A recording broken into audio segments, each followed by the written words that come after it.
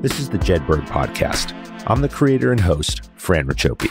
Each episode, I speak with transformative leaders, visionaries, drivers of change, and those dedicated to winning, no matter the challenge. The Jedburgh podcast is founded in the lineage of the special operations Jedburgh teams of the past and is produced in partnership with Talent War Group, a management consulting and executive search firm focused on helping you optimize the people side of your business. We're sponsored by Jersey Mike's Subs. Together, we share the mission of giving, making a difference in someone's life. Visit the Jedburgh podcast, Talent War Group, and Jersey Mike's Subs on the web and on social media. A percentage of all proceeds is dedicated to the Special Operations Warrior Foundation. Impact is defined as the effect on something or someone. Leaders impact people more often than they impact events. But before a leader can make an impact, they must first know who they are impacting. And to know someone requires both the art of listening and the gift of storytelling. Juliet Hahn is an entrepreneur, a podcast host, a performance coach, a consultant, a speaker, a mother, a wife, and a friend to many. Her impact is felt across industries and by thousands of listeners and fans. Juliet is the host of the Your Next Stop podcast and was voted number 12 in the top 50 moms in podcasting and number 27 in the Hot 50 podcast by Podcasting Magazine. Her Your Next Stop workshop has helped hundreds gain the courage to follow their passion. For this episode, I convinced my daughter to join me for a road trip to Westhampton, New York on Long Island, where I got back to hosting, and she filled in as our marketing coordinator. We met Juliet in her friend's design studio and talked about the importance of listening and storytelling, the opportunities growing up with severe dyslexia provided her, and her leap of faith away from advertising to health and fitness coaching. Juliet also shared her top 10 tips on starting a podcast or pursuing any dream you might have. Plus, she showed us the importance of going hard for 5 days, then taking 2 days to enjoy the beach or whatever makes you happy. Juliet, welcome to the Jedburgh podcast. I'm so excited to be here. Thank you for having me. And thanks for inviting us to Westhampton Beach. We're out here, way out here on Long Island, which normally would be different than today because it would be summer. But right. We have come here on the tail end of winter, right? Even though it's March, it was snowing yesterday, but still awesome to be at the beach. Yeah, no, it is. It's a great place to live, and thank you for taking the trek to do it. It wasn't too bad. It was. We were talking about it earlier, but it was like 2 hours, but it could have been 5. You just don't know until you hit the road. Totally. So we'll see what happens on the way home, but hopefully you don't. We'll have to go through the city, so who knows? Impact is something I care very deeply about. Anyone who listens to the podcast, anyone who knows me, works with me, knows that impact is one of my driving factors. Impact is defined as the ability to have a strong effect on someone or something. As leaders, that effect or that impact that we have on other people is often more important than the result of the action that we're doing, right? We always talk about, well, I achieved this in business. Okay, well, did you motivate people? Do they like you? Does everybody hate you? Right. That's the lasting, I almost said that's the lasting impact, but it is. That's what you leave with people. I would argue that one of the best definitions of leadership is the ability to inspire others to do the things they would not otherwise do themselves, in essence, to impact them. But everyone is inspired differently. They're called to action in different ways. The best leaders, they find ways to form meaningful connections with their people and then direct those people to action, to drive action. You're a coach, a mentor, a consultant, a podcast host, a mother, a wife, a speaker, a storyteller, all ways that you impact others in so many diverse, different domains, I'll say. But these mediums have allowed you to connect with people on such a meaningful level and push them to become the best versions of themselves. Something that you started your own quest on in your drive of self-identity to say, I want to be a better version of myself. You've impacted thousands. You've created meaningful partnerships with organizations like NFL Thread and now the Jedburgh podcast. So sincerely appreciate that. And you have been recognized as a top podcast by Podcast Magazine. You've made both the Hot 50 list and the top 50 moms in podcasting. So tremendous achievement in such a competitive space. Thank you. But it is so different also from your 14-year career living in Manhattan and working in advertising. So we're going to get into all of it. I love it. And I love it. I'm like blushing. I never blush, but that sounds amazing. Well, I'm glad that we connected. And it really was exciting. I mean, I think I was in the car when I received your email, and I looked at my wife, and my daughter was in the car, and she's here today helping. So she comes on the video for those watching on YouTube. That's who that is. My daughter's helping out today. She's filling in as a marketing coordinator. But I showed it to my wife, and I was like, oh my God, look who just connected with me, and they want to come on the podcast. And I was so excited that you reached out, and so thankful, and just really been looking forward to today. I want to start with storytelling. That we share a lot of similarities between what you're doing, what I'm doing in different ways, but storytelling is your foundation. It's my foundation, specifically telling other people's stories. You started your Next Stop podcast. I started the Jedburgh podcast with a solid grounding and foundation in bringing people in to do what you've called your mission in life is to share stories. You believe, quote, deeply that everyone has a story and we can all learn from each other. We just need to listen, unquote, which is often the hardest thing. Can you talk for a minute about storytelling? Why is that such a foundation and a value for you? And also then the importance of listening. Yeah, I mean, it's really important when you hear someone's story, when you're sitting across from someone or you're watching TV or you're around someone and they start talking about their story, their journey, it's what connects us. So when someone has a story that is similar to yours or even different, but it intrigues you, you want to know more. And that connection, that human connection is so sometimes what I think we're missing in the world today. So when you connect with someone and they start telling their story, if you listen to a different degree, it's not just like a passive listening, you're actively listening to what they're saying. A lot of times you're going to catch little pieces of that story that maybe they talk a little bit about a couple times, or you hear them get excited. You hear their voice gets excited. And so you know it's something that's really important to them, which is going to make, if it's something important to you, you're going to connect with them at a deeper level. And that's, it goes all the way from an individual to brands to businesses. When there's a story that really, impacts people, there's that word impact again, you're going to want to know more. You're going to want to test that product. You're going to want to talk more to that person because you're going to want to learn more about what that person is doing and what makes them tick, what makes their brain tick. And when I say everyone has a story, I truly believe, from someone that is picking up garbage to, a president of a company, there is a story behind all of us, and we can learn from every single person. It doesn't matter where they are in the world or where they are in society. They all have, everyone has a story, and you're going to learn from them. So that mindset about everyone having a story, I think, is too often lost on a lot of people because they think that someone doesn't identify with them, someone doesn't share the same values, so therefore they discredit them. In special operations, a big part of what we did and still do to this day is human intelligence. Right? But human intelligence comes first and foremost from listening, right? Do you actually listen and hear, right? Because hearing and listening are two different things, and I think you have to make that distinction too. But do you actually hear what they're saying, listen to it, and then understand the value that they bring? When I was a young officer and I first entered special forces, I had an older warrant officer, and we did a series of meetings, and we walked out, and I said, these people are useless.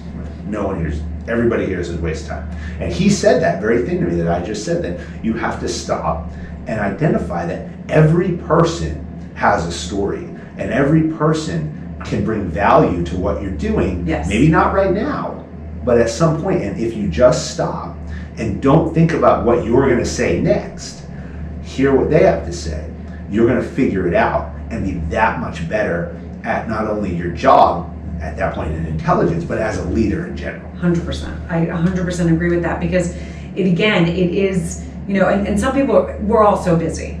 And everyone, as you said, some people will listen, but they're not really hearing because they just assume, oh, this person is here in society, or this person is, has this status. So they don't take the time. And that's and I teach my kids this all the time, to listen, pay attention what people are saying, because you can learn something from someone that you don't even realize that you can learn something, because they could say just a tiny thing. It's really also about the questions that other people ask. Like, I believe that we're all one question away from a different life. If you listen to the questions that people ask and then actively engage in conversation, it's going to take you to a different level in your life.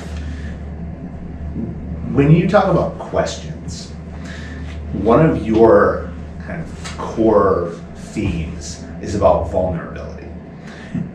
When you think about storytelling, as you've put it, you have to be vulnerable. You said, quote, "I learned really young that if you connect with people through storytelling, you're going to connect with them on a different level. They're going to see you on a different level. It's going to be a little bit more vulnerable."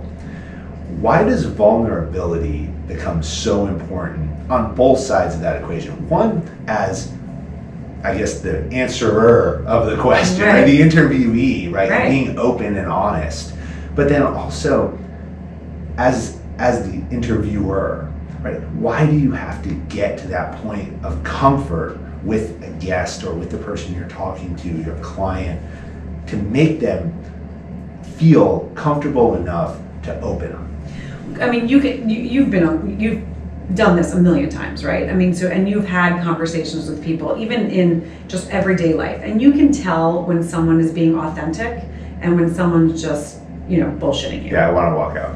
Right. when they're bullshitting. When you're totally like, okay, dude, is this how you always talk to someone? Yeah. Or like, and you can really feel it. And when people are not vulnerable with each other, whether it doesn't have to get deep, you don't have to sit and cry about, your life, what's happened to you in your life, but just an authenticity. Did I say that right? Authenticity. It's close enough. when you have that, when you're authentic, I'll just put it that way. When you're authentic, you can actually feel that. When you can feel someone is not authentic, you know that it's just not real. And I'll give you a little example. I'm supposed to have a guest on my podcast Wednesday, and she has a business, and she and her husband run it together, and they just ran into a little snag that they have to switch something. And she said to me, "I can still do it, but the snag is going to be in my head, and I feel like I'm not going to be authentic. That your listeners are going to be able to hear that I'm not like literally opening up and telling my true story, because I'm going to try to be guarded because I can't talk about this one thing." And I said, I love that you said that. And no, we can totally cancel. It happens all the time.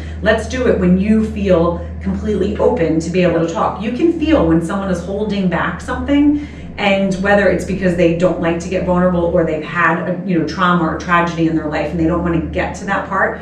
But a lot of times, and this is where it brings it back to storytelling, all those little pieces in your life. So even when you're little, we need to think about those things that we remember. So I'm 48, and if I think back in my life, there will be little pieces that I remember from school, or I remember from growing up, and whether they were good or bad, those little pieces are connecting the story and really connecting to why I am who I am today.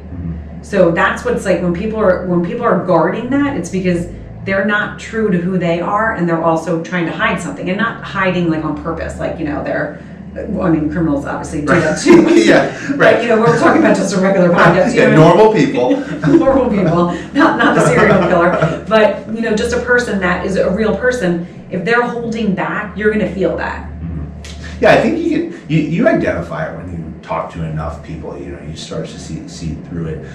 When you were talking just there, I think about two of our core characteristics. So we talk about the special operations characteristics of performance, and two of them are emotional strength and effective intelligence. And effective intelligence being this aggregate of all the experiences that you had in your life that kind of give you a demeanor, they give you a mindset, they give you this innate sort of intelligence, right? Of like, I can see through your bullshit now because I've sat in enough of these conversations to know that you're just not telling the truth, you're hiding something here. But those shape your personality, they shape the way you make decisions. And then emotional strength, right? How do you actually respond in those situations? I think comes up, and I think about that when you're talking about this. I want to talk about you for a second in your story, though. You grew up in New Jersey, Morristown, New Jersey, down near Pennsylvania. You went to college and you played field hockey, you played lacrosse, you studied radio and TV broadcasting. So we have that bond there too. And then you spent 14 years in New York City in advertising. Why advertising? So do you want me to get into the full my story? Oh yeah, let's do it. Yeah. Okay. So, and I think you know this, but I'm dyslexic. So, for your listeners that doesn't know dyslexia, you struggle in school. School sucks. And when you grow up in a town that I grew up in a fairly affluent town. All my friends, like everything was easy for them. And it was fourth grade that I realized, wait a second, okay, I learned way different than everyone else. And it's because my entire class, except for one other individual, all went to gifted and talented. And this other young man who was the guy that always got in trouble in class, and I did not get in trouble, but we were brought to special reading. And I remember all my friends being like, where are you going? And I was like, oh, I don't know, because I was a very happy kid. I was a very confident kid, even though school was really tough. I mean, half of the time I'd be sitting there looking around being like, does everyone else understand what's going on? Because I have no idea what the teacher is saying, because I process different. And when they were teaching things that I did not understand because I was not being taught the way I learned. But as a kid, you grow up and think, okay, well, maybe I'm not that smart. But I had really great parents. I had really great friends. And I realized, this is when you talked about the storytelling aspect, I realized when I spoke and talked and explained things, I got the attention of a teacher. Or if I was telling a story, I would get the attention of a teacher. Now, when I had to write what was in my mind down is when it did not, right. it didn't equal. So that's when it was really apparent that, okay, I learned it. Now, my dad's dyslexic, my sister's dyslexic, I'm sure my grandparents were dyslexic. We come from a very long line of dyslexia. So as I was going through school, there was a lot of things that I not hid, but I didn't ask questions, because there was times where I would ask a question and a teacher would literally think I was being a jokester and tell me oh, you need to go to the principal because you're being inappropriate. And I'd be like, no, I didn't understand what that meant. I'm not trying to be a jokester. I'm not trying to, but I was a good kid, and my mom was in education. So I got the support. I was really good in sports. So I also knew, okay, these are my strengths. So very early on, I learned my strengths and weaknesses. Do you know that about being so we had a very in-depth conversation about being dyslexic with Travis Holman. So Travis Holman was on a previous episode. I think it was episode 43. He's the owner, family business. Now he's the president and CEO. Holman Lockers. They make the locker rooms for all the teams, right. All the professional sports teams. Right. Severely dyslexic, wheelchair bound in third grade.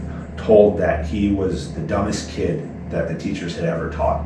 And now he's one of the top business figures, in the world. Richard Branson, dyslexic. Elon Musk, dyslexic. Warren Buffett, dyslexic. And these are amazing stories of people who have had to have the adaptability and the resiliency to identify with this learning disability, figure it out, and have gone on to change the world. Right. And a lot of it is credited to what you just said there, that you process things differently. And the rest of the world, the rest of us, want to put it into a box and say, well, you have to be in this box, and if you're not in this box, then we have to put you in this special program, and this special program is going to teach you how to somewhat be in a box that looks like this one. When in actuality, what we have to do is figure out how to harness what you have and make what you have special. No, I love that you said that. And I mean, that's one of the whole thing with public education that makes me crazy, because my oldest is dyslexic as well. Fortunate enough, he was able to go to a school for dyslexia in Fairfield, which was amazing for him for those 3 years.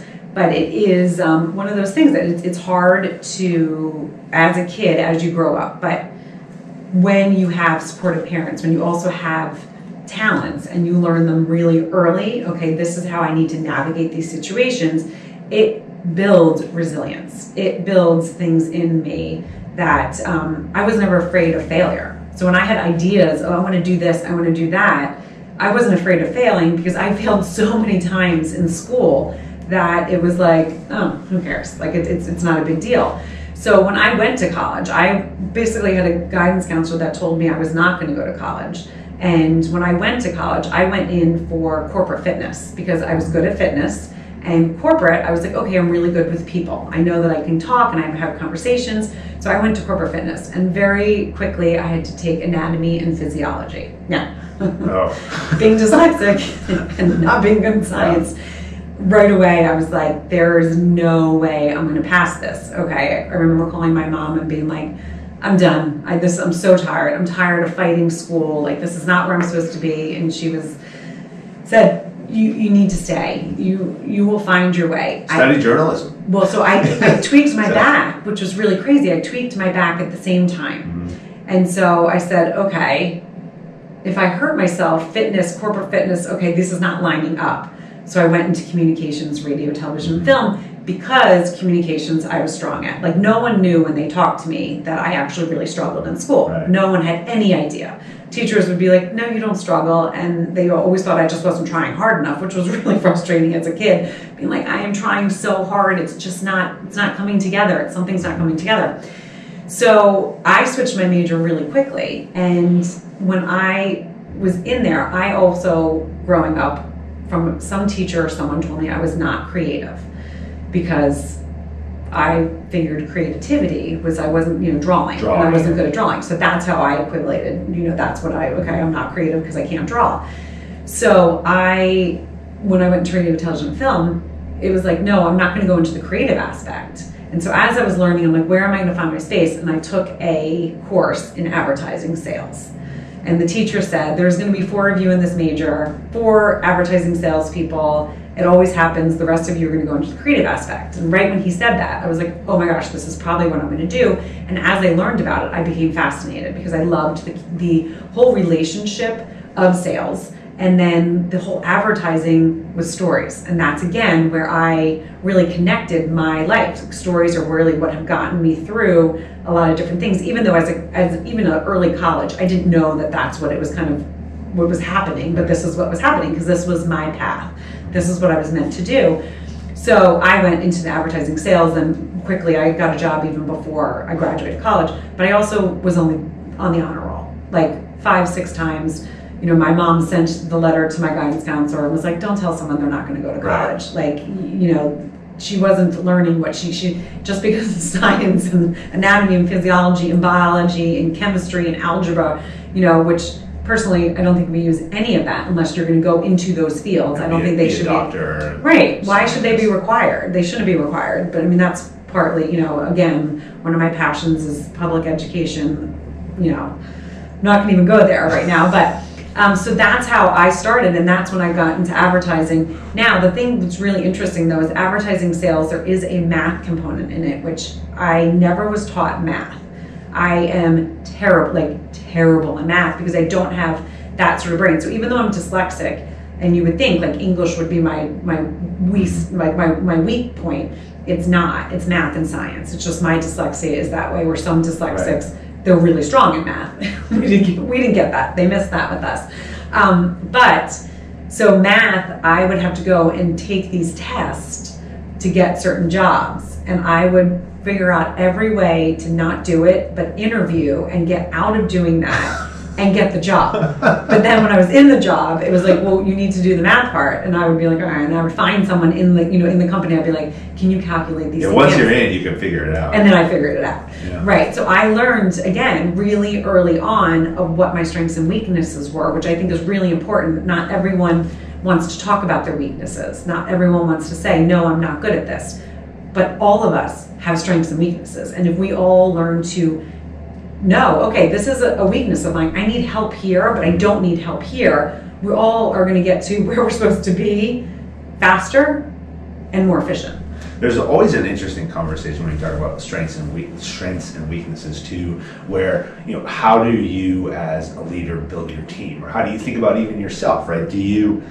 There's a camp, right, who will say, well, I have to identify my weaknesses, and then I need to put all my energy into fixing my weaknesses. Yeah. And then there's another side that says, well, I need to identify my strengths and weaknesses, and then I need to forget about my weaknesses, get somebody else who can do that. Yes. And then I will focus on my strengths. And if I have a team or an organization that's built on everybody who leverages their strengths, now you have a much more resilient and higher performing organization. I'm from Boston. This is the Bill Belichick way, so I'll say that it works for us. and that's where I identify with. Yes. But it's really interesting when you talk to people who have faced what you have to think about that in your own way. You know, how do you want to go about it?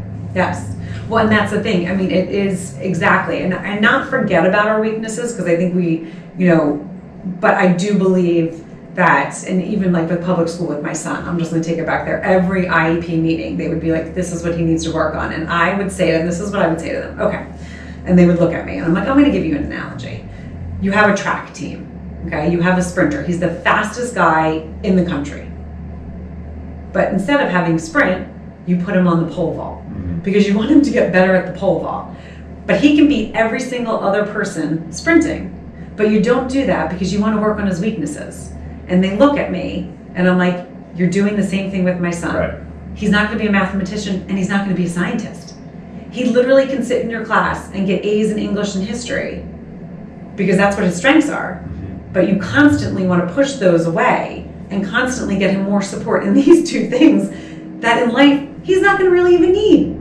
And they look at me and they're like, well, and I'm like, I know you're going to give me your, you know, your... The education board says and the this. bullshit that I, you know, and it is every time. I say this and they're always like, okay, Mrs. Hahn, we see what you're saying. And you will get the one teacher that looks at you and kind of gives you a wink. Like, I get it. And well, it's hard to argue with, right? I mean, you're never going to do that on the sports team. No, you would never do that on sports. So why do you do it in the classroom? And why constantly do we do that? Still, and we're in 2022. It's ridiculous. In 2015, you started a new career as a virtual health and fitness coach, supporting women to lose weight, become stronger, and regain their confidence. You said that you gained 65 pounds with each pregnancy, and you had to make some important decisions about your health. Talk to me a bit about that, and what prompted you to make this transition, because that's a big switch. Yes. So, I mean, I have good genes, so I'm going to say that because I know listeners will be like, oh my God, how did she get back? I mean, you put weight on for a year, you take it off in a year. People sometimes are very realistic. When they have a baby, they think, okay, I want my body to go back to where it was, and your body's going to change. And you have like 2 months. Right, and you have to be realistic. Like, it took you 9 months, and you grew a person in your body, so you want to be able to nourish them. So gaining weight is something that is essential to do. So I did gain 65 pounds with each child. I was a giant human being. However, I stopped playing sports and I did not look back, and I really moved to New York City and just had so much fun. So I did not continue working out all the time. Right. So when I had my first child, when I got pregnant with my first child, I was like, I've always eaten healthy. I'm a healthy person, but like, I would take walks with the dog and I craved sugar. I mean, like beyond. My cravings were like sweets and pizza. So I would have like every pizza on every corner. I lived in the West Village. And I would have a lot of options. Oh my gosh. And half the time I wasn't hungry, but I was craving it. So, and I was also like, I've never eaten this way. This is kind of insane. Well, very quickly, I realized, oh wow, okay, I can put weight on. My sister and I were pregnant at the same time, and her body, she's like a very petite little person, we're the same height, but she's got the tiniest little bones. So she could not put on weight, like without her like looking like her skin was gonna rip open, but I stretched, and I did, and I embraced it, and I loved it. And then after my third, and that's like after each, I knew I was gonna have more kids, so I didn't go crazy and like go to boot camps and take it off. I nursed and I, you know, took care of myself, and I got back, and then I would get pregnant again, and my body was like, oh, this is what we do. We gained 65 pounds. So after the third, and I was not as young, I kept on about 20 pounds. And then I hit 40, and my body changed, and I was like, okay, this is not fun anymore. Like, you know, I still was able to starts going down. Yeah, and I was able to wear bikinis. I still looked good. I just wasn't in the shape that I was, you know, prior. And then it was when my oldest, we were trying to figure out schools. This was when we lived in Connecticut. Public school was not where he needed to be. He was not learning anymore. And it was like, okay, we need to make a change. And then one of my best friends was diagnosed with frontal lobe dementia at 39 years old. And I did not handle it well. I stressed, and I just did not take care of myself the way I should have taken care of myself. And I gained 20 pounds. And it was right before so it was like another, and I already had kept on like 8 pounds from the pregnancy. So it was more than I ever was not being pregnant. And we were coming to the beach, and I remember I tried on my bikini, and I looked at my husband, and I said, "Oh, my ass got so big." And he was like, "Oh, well, you gained some weight." And I was like, I don't know what the hell happened. There's no response for that. You know, there's no good. I know this. He's like, okay, yes, and he's like, well, I mean, you really haven't, like, you've been like, I was not in a good space. I was stressed, and I just wasn't handling it well. So I was like, I need to change it. So I am an all or nothing person. Basically, it was like, I'm changing it now. It was like ended April, so we were like getting ready to, like, you know, come for the summer, May, go for Memorial Day. And I found a workout that I could do at home, so I can get up before the kids and I can work out. And that's what I did. I lost that before Memorial Day because I had just really kind of recently put it on and got ripped. And, you know, I was like, oh, I can help other people do this. Like, I am an all or nothing person. I'm not perfection. I'm not perfect. I still, you know, have my tequila and my pizza on the weekends, but, you know, I am fairly, like, Whole Foods is my favorite place. I eat a lot of salads and vegetables and healthy. I'm balanced. I'm not like, you know, where it's like, okay, no, I can't do any of this. And, you know, so I knew I could teach people. So that's, in a long way, you know, long story short, is how I got into coaching people. And then I started teaching classes because it was, my son was going to go to private school. And I said, you know, I'm staying home. I'm kind of done being the environmental liaison for the town and doing all these all these volunteer stuff. Even though I enjoy it, I want something more, and I want to be able to say to my husband, okay,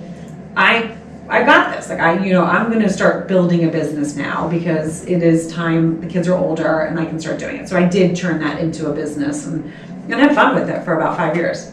Well, and entrepreneurism and building a business is something that you talk a lot about. And, you know, I listened to a number of the podcasts, your podcast, and you've had some really impactful people who have come on and kind of told their stories and the challenges about building their business. You know, starting a podcast, I think, is one of the most lonely businesses you can probably build. I honestly believe that.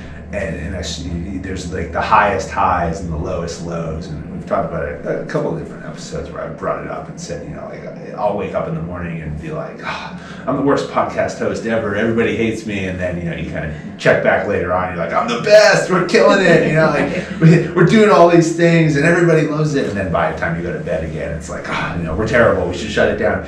But you started in 2019 the Your Next Stop podcast.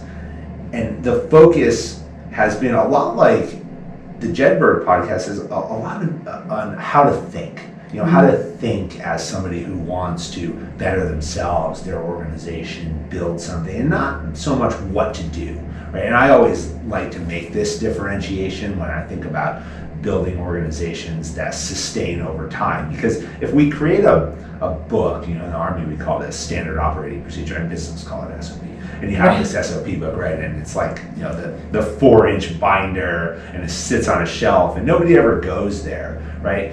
That's what to do, but what to do never actually works, and it doesn't evolve. But when you teach someone how to think, and you kind of have this checklist, and you can create an environment where people listen to other stories, and then they can take 1 or 2 things away, and they can say, well, I can apply this today, and then it becomes, you know, that's what becomes impactful. But you have done, I think I saw this morning, it was like over 145 episodes. Yeah, I'm almost at 200 because I have my live ones that don't have numbers. Right. Yeah, and then I know I was trying to add them up, and I'm like, there are so many here. So the note I have here is 145 of Your Next Stop, and then I just put many more of the live ones. Yeah. But can you talk about starting the podcast? What was the driver behind it? You know, what was that call to action? Yeah, so I'm going to go back again when I was talking about me thinking I was not creative, right? So when I started the health and fitness, I was doing tons of stuff on social media, and I was being creative, but I did not see it as being creative because, again, I can't draw. My kids would come to me after school, hey, Mom, or, you know, when they were younger, can we do this craft? Nope, Mom's not crafty. Yeah, Find I don't know someone how else. to do that. I don't like that. That's not me. I'm not creative. And when I realized in 2019, my kids were older. We had moved out to Westhampton Beach full time. And so I needed a creative outlet, but I didn't know that's what I needed. So I all of a sudden when I take my dog, and I talk about this on my podcast all the time, we all need to find that place that we can daydream. We need to find that place that we can create in our mind what we want out of life. And I have a great life. I mean, a great life. But there was something missing. You've said daydreaming is okay. Daydreaming is okay. I love that. I love that quote by you. Yes, well, it's so true. Daydreaming is so okay, and that's how you can create your life. But again, everyone needs to find their space that they can do it. I do it when I walk the dogs. You can say daydreaming. You can also call it meditation. To me, it's interchangeable. So it's when I walk my dogs is when I daydream. I create. I come up with things. And so I was listening to a book, and I can't think of the book off the top of my head, which is terrible because I usually can, but for some reason I can't right this moment. And it was about writing books. And all of a sudden, a light bulb went off. And I was like, oh my God, I am so creative. This is insane that I've actually thought that I'm not creative. So I went to my husband and my kids. I said, I'm going to start a podcast. I love telling stories. I have so many stories, and I also it was kind of at the end of my health and fitness, but a lot of my clients were women that had big careers, but then they decided to stay home, and they were not happy people, and they weren't happy with things about their bodies that I was like, you have everything. This is so interesting. I need to dig deeper because I'm curious and I want to ask questions. I don't understand why you're not happy. And I realized it was because they didn't have a creative outlet, and creative outlets can just be half of them were like, I've had this idea, I wanted to start this business, or I've always wanted to write a book, or I always wanted to start a blog, or I wanted to start a fashion line, but who wants to buy from me, or who would want, and that made me really sad that so many of these women would come to me and they were so insecure, and I couldn't understand it, because I'm always been positive, even when I was getting yelled at by teachers that I wasn't smart, I was still like, I'm smart, you're not smart, if you don't think I'm smart, what's wrong with you? But so there was always something innate in me that knew that I was built for more. So when I decided to start the podcast, I literally went to Dan and my kids and I said, I'm going to start a podcast. And they said, oh, do you know how to start a podcast? And what are you going to talk about? And now I am someone that talks a lot and often. So my husband was like, well, you need to have he's a big podcast listener. He's like, you need to have form. And I could see in his face, he was a little concerned.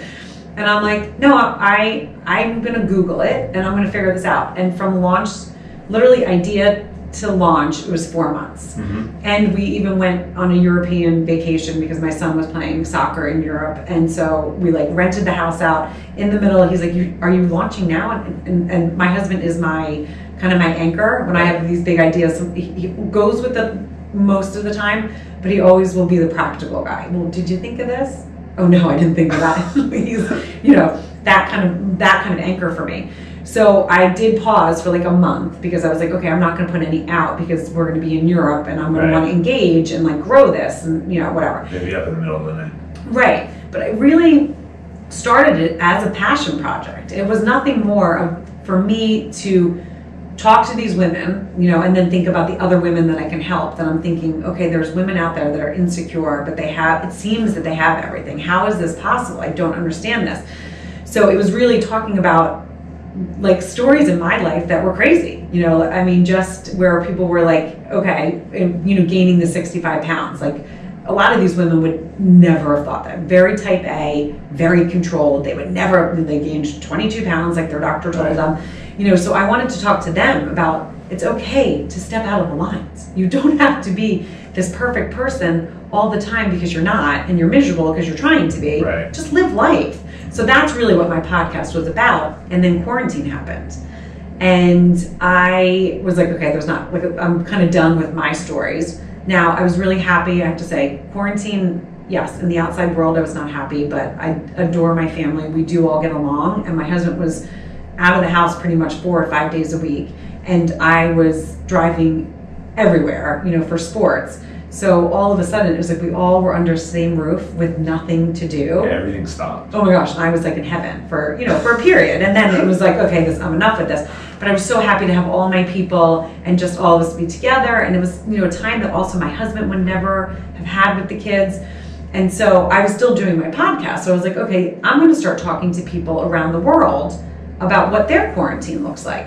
So when you said the podcast thing is lonely, I don't feel that way. I actually love because I am interacting with people that I would never interact with. Now you are someone that's a very active outside of your, I stay at home with the kids. So this was like a way that all of a sudden I'm having conversations that I would never have had with people. So for me, it's been amazing. Not the lonely. I know it's been amazing for you too, but do you know what I mean? Yeah, it's the best thing I've done. Right, totally. So I literally would skip down the stairs and the kids would be like, oh, who'd you interview now? Because I'd be like, that's how I feel too. And then they roll their eyes, right? They're like, oh, great. So I literally was like, okay, this woman in England, they can't even step out of their house without a guard walking by their house being like, you've been out of your house already today. They would have to go back. They only were allowed out of their garden, which is their yard, like a certain amount of time. It was like once to walk your dog and once to go to the grocery store. So if you forgot something at the grocery store, you were not allowed to do it. So every time I would tell one of these stories, the kids, we would all be like, oh my gosh, thank gosh. So we would like appreciate more where we were and what we had and what was going on. So then I also realized I'm really good at interviewing. Like, even though I talk, it's so fun, right? And I talk, but I'm really good at listening and not talking and stopping. And so I was learning about myself, but then I also decided this is something. I have something here. This is the path that I'm supposed to do. And I know, and I know you've listened to the podcast, so I believe in God, but whether you believe in God or the universe, I really, truly believe we all have a path. We just not all find it, because a lot of times we don't let ourselves daydream, and we don't let ourselves listen to our gut, and we don't listen to those little things in our head that's like, hey, what about this? Because you think, who am I? I shouldn't do that. Well, I don't do that. And so I want this podcast to be where people are like, I keep hearing, you should write a book, or, oh my gosh, you keep talking about that idea, you should do something with it. When you hear that 4 or 5 times, you need to do something with it, because that's God basically being like, or the universe basically being like, okay, here's your path, now you got to run with it. So that's what this podcast has been for me. And then during quarantine is also when Clubhouse came about. So then I was meeting all these people. So then it was like, I am so good at doing what I'm doing. And I started creating a business as I was doing it. So I kind of do everything backwards. I think that's probably a little bit of the dyslexia. But so as I was creating the podcast, which was a passion project, a business formed. And then I started interviewing people that were already doing what I was doing and maybe a little bit ahead of me. Right. But now I'm there with them, if that makes sense. Yeah, no, I think it's total sense. I mean, I don't even think I've said it to anybody, but it's very similar to how we started. I was having a conversation about writing a book, the same thing. I'm like, well, I kind of want to tell my story. I don't know what it would be about. I have these things. And then I called up a friend of mine from high school, and he said, well, before you write a book, you could think about having a podcast until you develop the content. And then I started putting thought into it and said, yeah, well, what would I talk about? And then I realized, wait a minute, like I've been really fortunate to meet some amazing people in my life. Right. I could bring them on, we could tell their story, and then the whole kind of Jedburgh concept came, because I'm like, well, what would I call it? And then I thought about the lineage of the special forces to the Jedburghs, and I was like, wait a minute, we might have something here. And I did the same thing. We set it all up. We started running, and then turned around and was like, we might want to have a business. Right. And if we have a business, we could get sponsors, and we could scale this thing, because I, like you, started to identify that I do these other things, and they're impactful, and I love them, and I'm passionate about them. But when I walk out of the room, like you said, with the smile on my face, and my family and my daughter, and my wife, and everybody's looking at me, it's for that same reason that, I just talked to this person, and I'm better now because I had that conversation and shared that story than I was when I walked into there. Yes, no, 100%. And that's why we connected so much when we first met, because it was like we literally had the same sort of story on how we started our podcast, even though we've had, totally different lives. Yeah. It's a really cool thing that we have the ability and we have the talents that God gave us, or the universe gave us, right? Whoever you want to thank for, but that we know, okay, this is what we're really good at, and we can share it and actually help other people become better people. I think every once in a while too about like all the things that had to happen to get to the point when I was like, I'm going to start this podcast, right? And if any one of them, had changed, right? you think, well, I wouldn't be doing this today. Right. You know, I thought about that a lot the last couple weeks because we hit our first year, and so we released the 1 year episode. It was number 50. It was a big deal for us. We brought back Cleo Stiller, who was the author of Modern Manhood, who had been on episode 7. Now I get to say way back on episode 7, even though it feels like yesterday. Right. And she has been our number 1 episode from the day it downloaded. And as we released, I said in the episode, you know, we've had 43 episodes since, and hers just keeps going up, which is just a testament to her story and her book. But because she was a journalist, we brought her back. And I said, well, you know, I always wanted to bring back the number 1 episode, but I always had this vision that we would kind of just like rehash, you know, that episode and some of the others. And then I realized, wait, you're a good storyteller too. You could actually, maybe you ask me my story, and we tell this story on episode 50 about like where I come from and my drivers, and that was really cool. But it was really more of an opportunity, much more than I thought it was going to be, to really be introspective and think about the path that got us to here, and that's been just really. Not, I hesitate, impactful, but impactful to me. Right. You know, I don't know if others have appreciated it, but certainly for me, it was really cool to kind of look back and say, wow, we've really come a long way. Right. And I'll start thinking about, you know, where do we go from here in year 2? And you're a couple of years into this now. Which is, I mean, exciting. So for my 100th episode, I had Ryan Holtz, who's a huge podcaster in Canada, and I met on Clubhouse. He came on my podcast and interviewed me.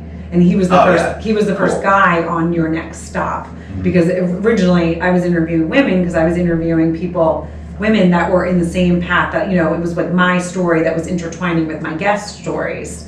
And now I've had, you know, a few guys on too. But it's I mean, it's cool to see it evolve, and it's amazing to think. And this is what I say to the kids all the time, and they laugh at me. But I'm like, I created this in my brain. Yeah. And I was just at the Super Bowl. Like, because of my podcast, right? I was doing live events because I created this and I took action. Because that's the thing, you can create things in your brain, but if you don't take action, it's not going to go anywhere. And you're going to fail and you're going to fail. But a lot of times it's not a failure. I look at it as, okay, that door closed because it's not my path. It's not where I'm supposed to be. And then another door opens and you're like, okay, that's the door I'm supposed to go through. And it's really, I mean, it makes life so much better. Colin Bevan talked about it in episode 15. He called it limiting beliefs, and he said if you let these limiting beliefs stand in your way, all the reasons why you can't do something, right, that you'll never take action, you'll never do anything, because there'll always be a reason, and that the number 1 most important thing.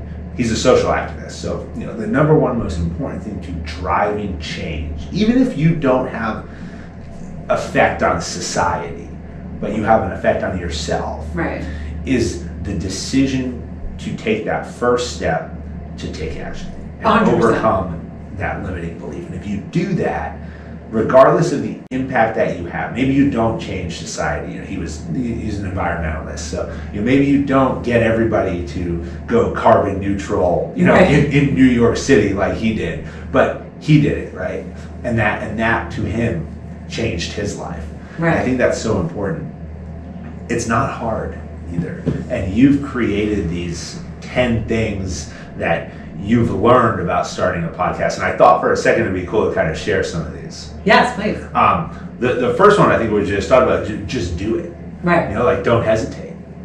The second one I want to ask you about is know your target audience. How do you define your target audience? How do you actually look at it? Because I think we've looked at this certainly on the Jedburgh podcast and thought, you know, you can't boil the ocean. It can't be everybody, but it can't be too small because then you have a cap. Right, and so I think it's also sometimes it just happens when you start creating something. Sometimes you have in your mind who you want to impact, but it turns out to be someone totally different. But when I was doing this, again, because my health and fitness background, it was those women, that group of women that I would talk in time and time again, that I was like, that's the group that I want to impact. I want to impact those women. I want them to listen to an episode and be like, wait a second, if that person can do it, what's stopping me? So I wanted that to impact them. So it was really, mine was women in all different ages, but I do also, some of my episodes, are 30% male. Right. But it is mostly a female audience. Third one, when you're coming up with content, always talk to your target audience.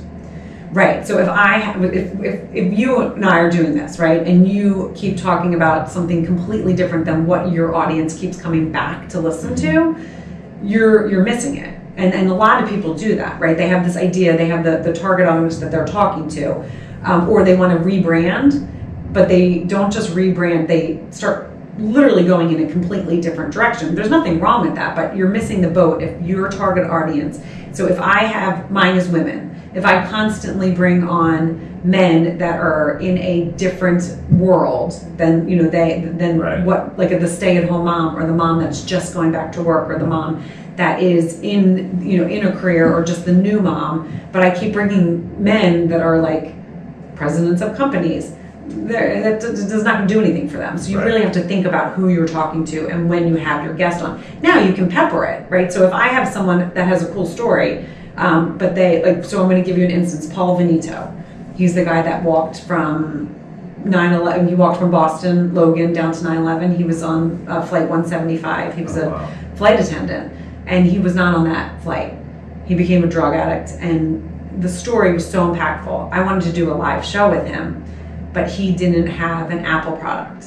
And I was like, I'm just going to put him on your next stop, because that story is going to touch everyone. Right. That's not just a man or a woman. Yeah. That story, it doesn't matter where you were in the world, to hear what he went through because of the dark demons, because he was not on that flight, and then what he has done, he might be a guest for you, because he is insane. Oh my God, he's amazing. Wow. I mean, such a special man. But now he does 5Ks all over the country, raising money for organizations. He did this for himself, and that story, like, I have to tell you, that's one of mine. That's very split man and woman. It's not just. And again, I knew that was gonna pull from everyone.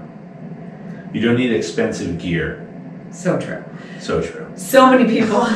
we're on like our second round of microphones, because we were able to upscale to do on location. But when you talk to people all the time, they think, okay, I need to buy this huge mixer board, and I just laugh, because I'm like, okay, if I had to buy a mixer board, I would never be where I am, because I would have stopped myself with too much fancy stuff. There was an app called Backpack, and I could use it from my iPhone. So when I first started, these were, again, personal journal stories. They weren't interviews. And I literally would go in my closet with my iPhone and my headphones. And that's how I first started recording. So I didn't know that about you till you just said it, but I have used that as an example when I talk to people about the spectrum of podcasting. Right. Because when I make the intro for who we are, I'll often kind of explain, here's where we are on the spectrum, and I'll say there are people who grab an iPhone, hide in their closet, and they record their podcast in there, and then they self-syndicate it on everything. And then there's Joe Rogan, Tim Ferriss, and multi-million-dollar productions. I'm like, I like to think we're somewhere in the middle. Right, and now I am somewhere in the middle, but in the beginning I wasn't. No. In the beginning I was like, no. You have to be where you were. Right, and I used Zoom, because I already had a Zoom account, because that's what I did my coaching stuff on. Yep. And so, but then quickly I was like, I don't love the microphone I have. I'm going to upgrade my microphone, which wasn't, I still think it's like in the $100 range. It's not an expensive one. Now I'm not in my closet anymore. I am in, and if you're just catching a piece of that, I'm talking about podcasting. Yeah. And now, I have but it's still in my room where I have my little podcast area, and I have my boom arm and my Mac, and it's... Yeah. Like, I actually just learned, and so I'll disclose this to everybody. I actually just learned that you could even do it on GarageBand, and that was an embarrassing moment when I was like, I have spent so much time on working, trying to figure out these different internet platforms to do it. I'm like, I could have been recording on GarageBand for free. But that's the thing, because if you go into certain things, some podcasters will tell you need all this stuff, but you really don't. And when you're sitting there thinking, I want to start a podcast, all I tell people is just get your phone, get your voice recorder, get your headphones, and see if you even like it. Because a lot of times people will like the concept, but once they start, they realize, oh wow, this is a lot of work. A lot of work. It's a lot of work. Yeah, I took my daughter's microphone. That's how we start. I was getting yelled at by her to give it back. I'm like, no, I'm recording a podcast. Get out of here. She's giving me the look over behind the camera.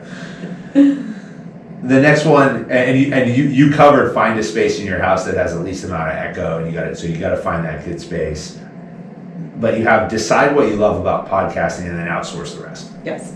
So again, I have 2 boxers, 3 kids. We live in a house that used to be like primarily a summer house. So it's a lot of bedrooms, but like, there's not a space that I was like, okay, where am I going to do this? No walk-in closets because we didn't need walk-in closets because it was summer. But now we're here. A couple pairs of shorts and right, and t-shirts. now we're full-time. And so I wish I had the walk-in closet that I had in Connecticut because that would be actually probably my podcast studio. But whatever, you make things work, you adjust.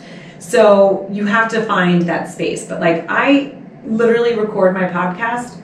My 2 boxers are in my room because my husband works at home now and he can't have them barking and doing things. But they know, okay, this is my routine. So you can create a routine that's going to work for you. At first it might feel kind of off, and if it feels too off, then you adjust, but you don't need to put so much thought into it. But literally my 2 boxers just lay there and stare at me and they know, okay, mom's doing them, and they don't bark, they just lay there, and they're active dogs. The schedule. Can you talk a little bit about the schedule and the importance of needing to stay organized? Yes. So again, I'm dyslexic. So organization, if my mom's listening, she's going to laugh because I have my own sort of organization. But one of the things that I found so important was, okay, I need to have a calendar. I need to send a calendar to potential guests. But there's a couple different things I do before I have a guest. So because I'm a mom and my kids like sometimes finish school at 2, I have from like 9 to 2. But I usually walk my dog, so it's usually from 11 to 2. So I don't have a huge window, but what I do is I will do a little vetting to make sure our energies match, that the story match. Mm-hmm. A lot of times I have them send me a minute voice text, whether it's on my phone or social media. That's a lot of times how I can be like, okay, I know a little bit, but I don't like to know too much because I'm curious. I want to hear, it's like a conversation. It's more of a conversation than an interview. That's how my podcasts are run. So I know I need to know a little bit about the person to make sure they match my podcast, because again, I have my target audience that they're that's listening, so they know this is a person that's followed a passion and turned it to a business. So I need to know that, but I need to know that our energies match.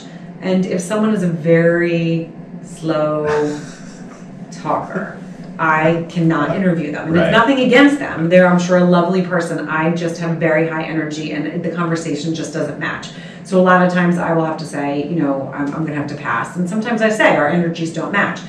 But what I do is I schedule in the calendar. After I record, it goes into a Google Drive. And I'm going to touch on, because I don't think I touched on that.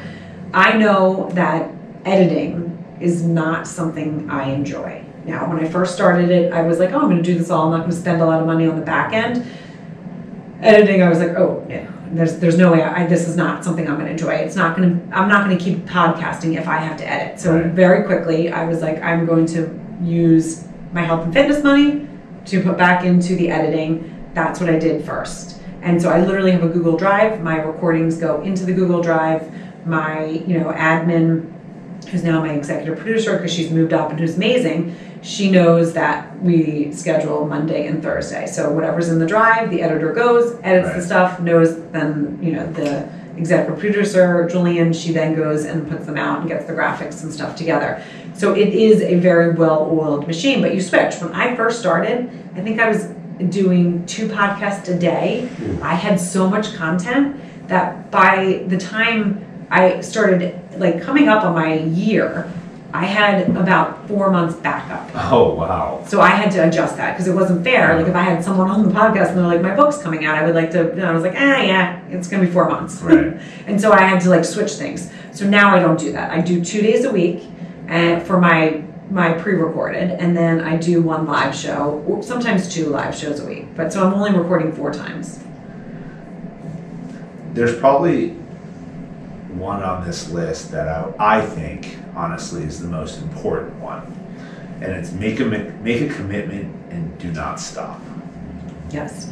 So when I started the podcast, that's what I said. I was like, even when times get hard and I question, should I still be doing this? I'm going to work through that until there's like a sign that I can't, that's like, okay, you ran this to the course. But like when I was doing the personal journal stories, there was definitely times where I had a good 5-6 episodes, pre-recorded. There was times where I was like, oh crap, no, honey, I can't go because I need to record something. I forgot that I didn't record and I have to get this out. So there was, a very short time though that I realized, okay, I need for myself to have batch recording. So like that's why I record every week. That just works for me. But I knew there was a non-negotiable that I was going to give this at least a year.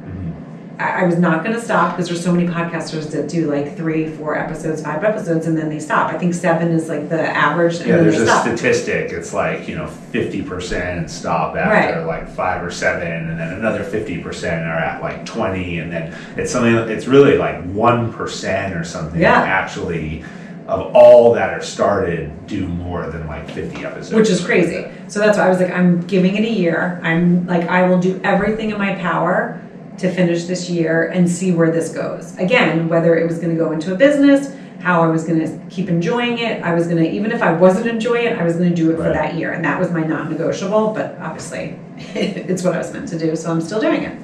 And it started to work. So I want to talk a little bit about the Super Bowl and your partnership with NFL Thread. Yes.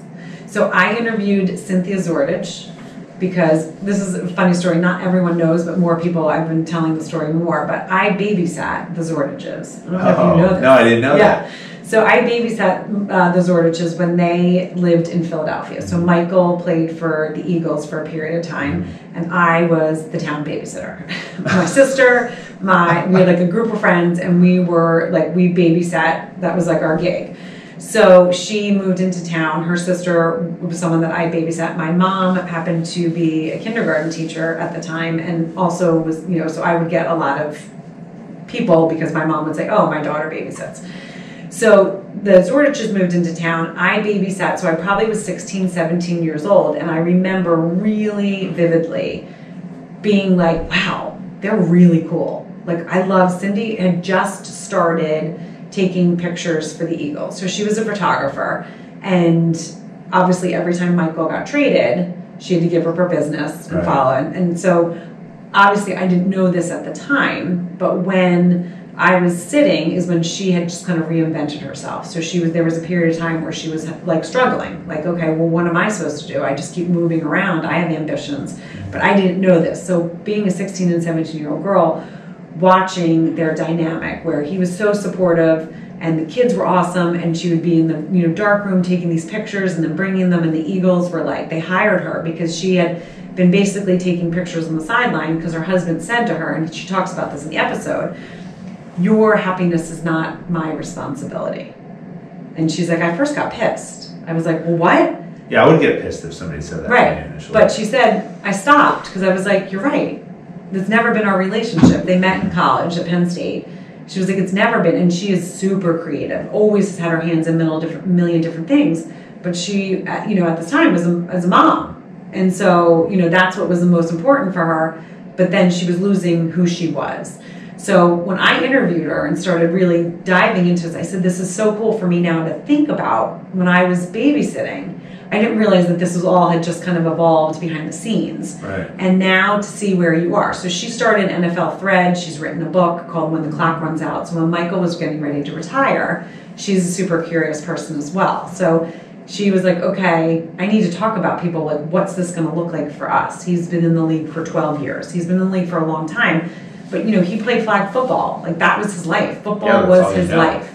And now he coaches on the college level, and he coached for professional too. But so she was trying to prepare herself how to support her husband when the clock runs out. So she wrote a book, but it was also the time when she was also raising her kids. She was supposed to go on tour, and she said, and I forget the man that said it to her, was basically like, this will come again. You need to be home with your kids. And she was like, you're right. And she's like, that was the best advice I ever did. And then she picked up the photography and then started Thread, which is the LinkedIn for women of the NFL. And it really keeps everyone connected. The thread of the football is in the inside, and it's what keeps everyone connected. that's what the spouses of the NFL are. They keep the families connected. They keep them threaded together. And it is a huge sisterhood. So she really wanted to be like, after we're out of the league, let's all support each other. Because a lot of the women, then it's their turn to be the sole breadwinner, right? Their husbands take a step back, however they're healing, they've been out of the league, whatever it is. And so she wanted to keep where they can all support each other. So that's where Thread came about. And that's when I said to her, I would love to share more of these stories. Like, this is so fascinating to me. Like, when my kids come and they're like, oh, this person got traded, I'm never going to be like, yes, I'm going to think about the wife at home, the kids at home that now have to pick up, change everything. Like, you guys moved, right? It's like in the military. Right, exactly. One day, I mean, more abrupt for professional athletes. I mean, they show up at the stadium one day and you're on a different team. Right. I mean, and so I really started thinking about that, really got curious and was like, I want to start doing a series. So she and I partnered, and what people don't realize is at the Super Bowl, and her tagline is, there's a lot for a girl to do at the Super Bowl, because they do all these events before. So she has a networking luncheon the Thursday before the Super Bowl, and then off the field, which is the 501(c) of the Super Bowl, of the NFL, which people don't realize, it's the wives, it's their charity. They do a fashion show, and they've been doing it for 21 years. Wow. None of us know. I had no idea. And they raise millions of dollars for a charity of that city. So whatever city the Super Bowl is, they pick a charity and they do this amazing fashion show with tons of really well-known people, but no one talks about it. So I was like, I need to get this out. So I was asked to come and join live, and Cynthia, who's my partner, was like, hey, we want to do this. You're very safe. You asked really great questions. So we were also doing series with the women as well. So we had Cookie Johnson on, who I know is MBA, but she was being honored. We had Holly Robinson Pete. We had Crystal David. We just had a lot of, Rachel. We just had a lot of great women talk about all the work that they do behind the scenes that society doesn't know about. And sometimes they get a bad rap. It's like, oh, well, who cares? Your husband's in the NFL. You make a really good living. But they're women too, and they have hearts. They go through depression. They go through postpartum. They lose themselves because of getting picked up all the time. So I wanted to give a voice to that. The videos and your interviews were great. Thanks. I watched a bunch of them, and I was just so excited to watch that opportunity for you.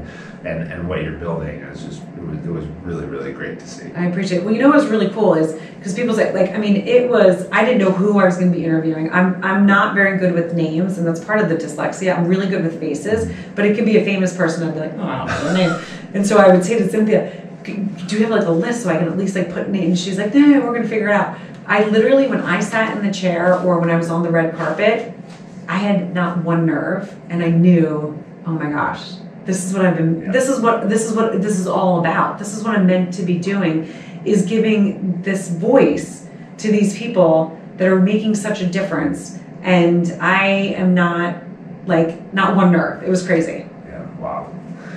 I want to ask you about your routine. You've put your routine kind of at the center of everything you do. You've called it a fulfilled life. I call it habits. And in a few minutes, I'm going to ask you about your habits in my own special way, the Jedburgh podcast way. But you said, quote, you need to find out how you work best. For me, I go for 5 days straight. Then I take 2 days off to slow down, unquote. What does that look like in practice?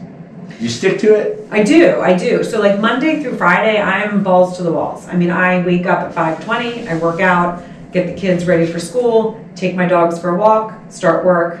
I do all my recording. I have meetings. I go, through Friday. My Friday is all my meetings of people, that either I'm vetting or talking to or just networking, because networking is so important in this world. And then Saturday and Sunday, it's about kids and sports. And, just this Saturday when the snow and rain, I sat on the couch and watched movies. I was like, I'm done. I answered some emails, because I am very much all or nothing person. And if an email comes about that needs an answer, I'm not someone that's like, oh, my husband is so good. He'd be like, I can deal with them Monday. If I opened it, it's out of my mind if I shut it. I have to answer it. I'm like you. My wife's like your husband. She'll say, "Oh no, I'll do it on Monday." I'm like, "I can't. I'm like shaking. That's all I'm thinking about. I can't do anything else." Me too.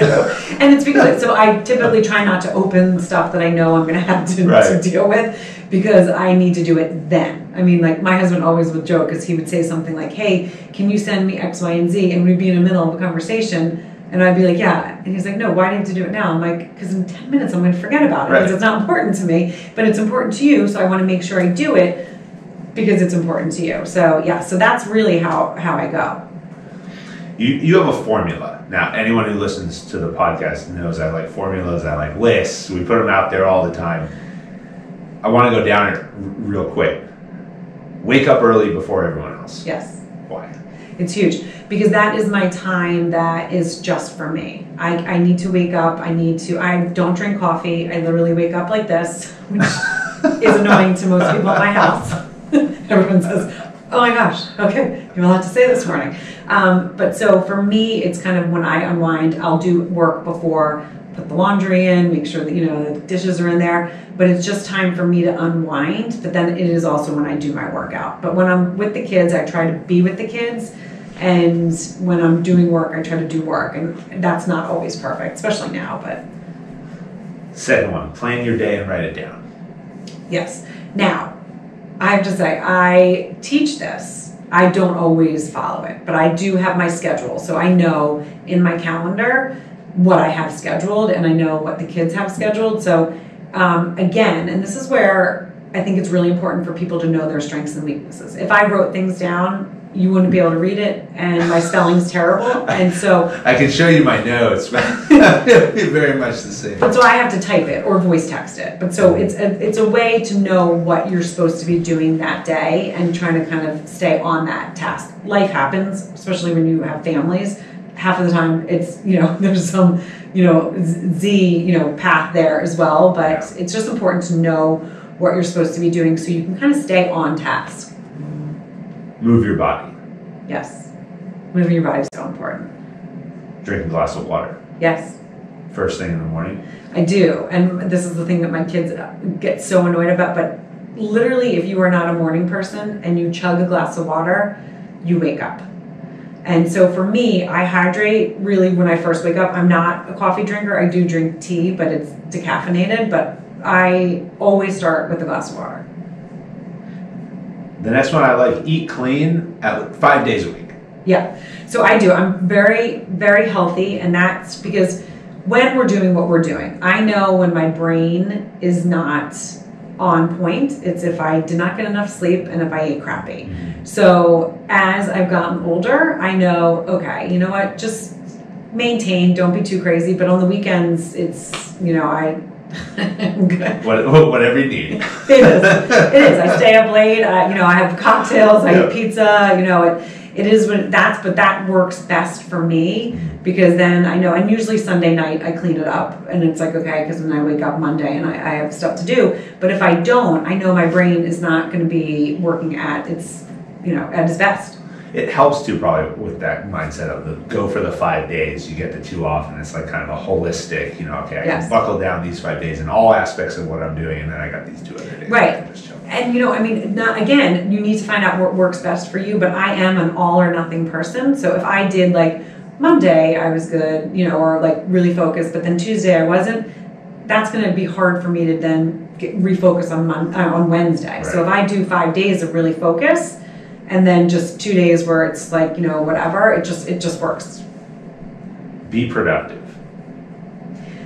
Yes. Which is going to be like a double just do something. So this is again, this goes back to when I was coaching, women.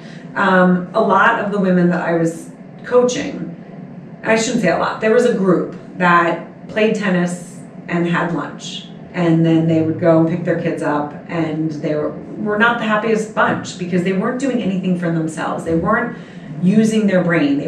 They're not using what they were meant to be doing. And so again, if you have a day where you can just be productive in some sort of way, you're just going to feel better about yourself, whether it's cleaning out a closet, if that's what you want to do. But don't just let days and days go where you're just completely wasteful. Again, I have days where I do nothing, and it's important to do that because that's like good for me. But if I had 5-6 days that I was doing nothing, you kind of become like a sloth, and then you really get into a bad habit of not being motivated. And that's when, like, some people, even if you're not tendency to have mental health issues, if you're doing nothing and nothing and nothing for too long, you have the more tendency of having mental health. Devote time for your loved ones. Yes. Which, when you're building a business and when you have teens, it's, they always don't want, hey, it's time for us. They're like, oh, great. Balance is hard.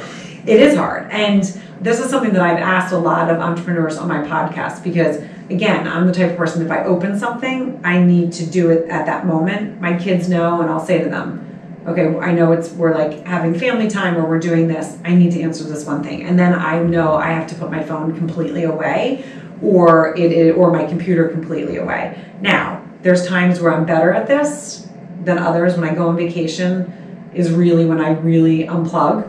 I have to do a couple different things, but they know, okay, mom's going to do it before we wake up, and then it's kind of time for us. It was really when my kids were little, it was more important for them to see that I can put things away. Right. Now they are older, they understand. Like, okay, I say to them, I'm trying to build this business. Like, I'm really, I'm here, and it's because I've been able to devote certain time to it, and I appreciate you guys understanding. But, like, if you need me, like, you really need me to pay attention to you, you need to say, Mom, please, I need you. And then they know I literally will put everything away. Yeah. That's the common phrase that Lily gives me. I need you. And the last one is chill and relax. Yes, again, I think some people need more time to kind of decompress than others. But again, that's where it's so important to know your strengths and weaknesses and know how you tick and know where you work. So for me, I need to chill and relax for a period of time, but if it goes too long, it's not productive for anyone. So we went through 8 of these, but I'm going to put you on the spot to narrow this down to 3 foundational ones. And the reason is because as we close out, the Jedburghs had to do 3 things every day as core foundational tasks to be successful. They had to shoot, they had to move, they had to communicate. If they did these 3 things with the utmost precision, it didn't matter what other challenges came their way. Their attention could actually be placed on those other things. What are the 3 things that you do every day, non-negotiable, core foundational tasks for success in your world? Yeah, I mean, really, it's moving my body. Is whether it's walking the dogs or lifting weights, I have to move my body, and that's really for my brain. I mean, my husband will say, oh, the squirrel, it's really running there. I think you need to go walk. And it is, because I have a lot of energy. And so there's times where my energy is a really positive, fun energy, or sometimes it's a little bit of like a stressor energy for others. So moving my body, getting up before the kids, even on the weekends, I get up before the kids. Now, I do sleep in, but my sleeping in is a little different than probably the average person, because I am an early morning person. It's like 7. Yeah, 7 or 8, but but that's, I'm good. But getting up a little bit before and having that a little bit of alone time, I don't need a lot of alone time, but if I get that 20 minutes before the house wakes up where it's just for me, that's a non-negotiable, and I do that probably 7 days a week.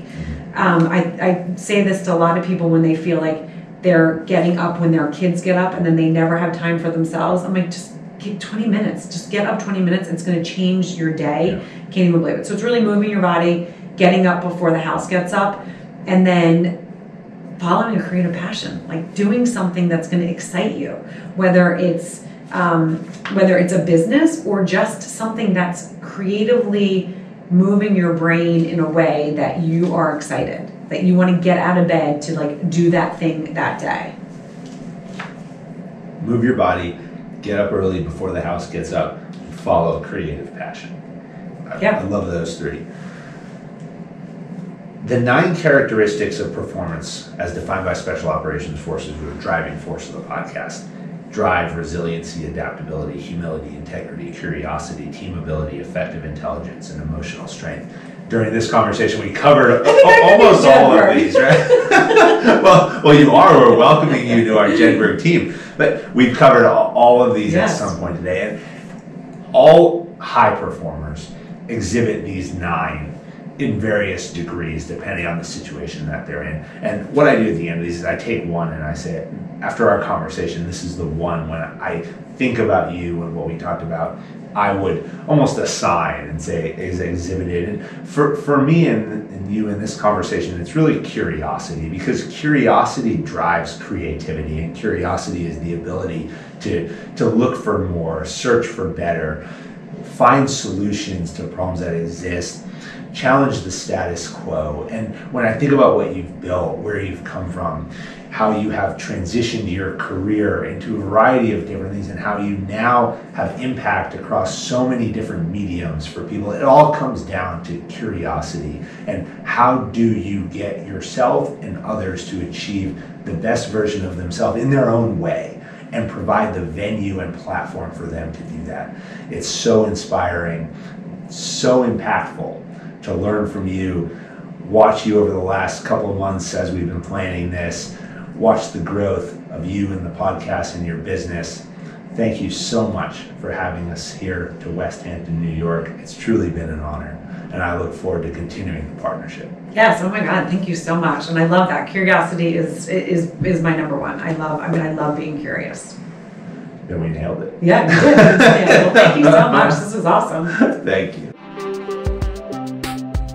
American Jedburghs went on to form the foundation of the United States Special Forces and the Special Activities Directorate of the Central Intelligence Agency. Thanks for listening to the Jedburgh Podcast. I'm your creator and host, Fran Racioppi. Join us next week for a new episode on Apple, Spotify, or wherever you get your podcasts. Check us out on YouTube for full episodes, highlights, and other behind-the-scenes content. If you like what you heard, give us a like and leave a review. Follow me, Fran Racioppi, Talent War Group, and our sponsor Jersey Mike Subs on LinkedIn, Instagram, Facebook, or Twitter. Send your comments and inquiries to media@talentwargroup.com. As former members of Special Operations Forces, the Jedburgh Podcast and Talent War Group contribute a percentage of all profits to Special Operations Warrior Foundation, supporting the families of our fallen warriors. Thanks for joining us on this episode. How you prepare today determines success tomorrow.